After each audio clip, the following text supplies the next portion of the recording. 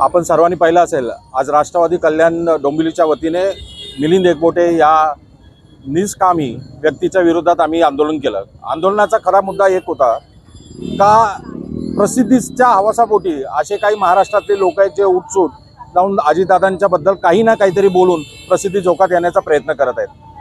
हे मिलिंद एकबोटेंनी जो विषय मांडला गौरक्षकाचा म्हणून आम्ही हा म्हणजे अजितदादांबद्दल अपशब्द काढले, त्याचा जाहीर शब्दामध्ये आमच्या राष्ट्रवादी काँग्रेस पक्षाच्या वतीने आम्ही निषेध करत आहोत।